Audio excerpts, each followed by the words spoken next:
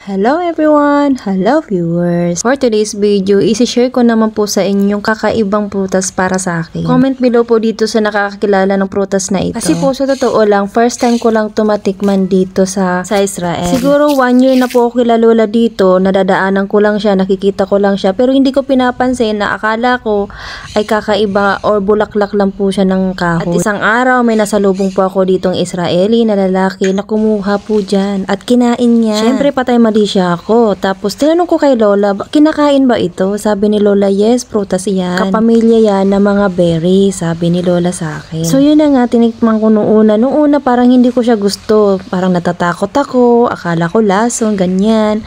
Pero mas tamis na medyo maasim. Kasi naman guys, ang kinuha ko yung kulay pula. Dahil wala naman akong alam at saka hindi naman kinuwento ni Lola. Yung kulay yung pwede kong pitasin. Meron 3 kulay ay yung yellow, green, red, at medyo violet. Pinagandaan ako sa pula, yun ang kinain ko. Kaya naasiman po ako nung una. Sa pangalawang pagkakataon, tinikman ko po yung medyo violet. Ayun, ang sarap po. Para siyang duhat. Mas masarap po sa duhat.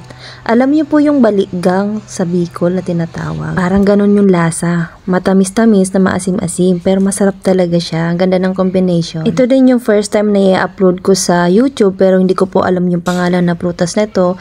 Kaya po, hingi po ako ng comment kayo po sa baba kung ano pong pangalan nito. O siya, thank you for watching. See you on next video. Bye!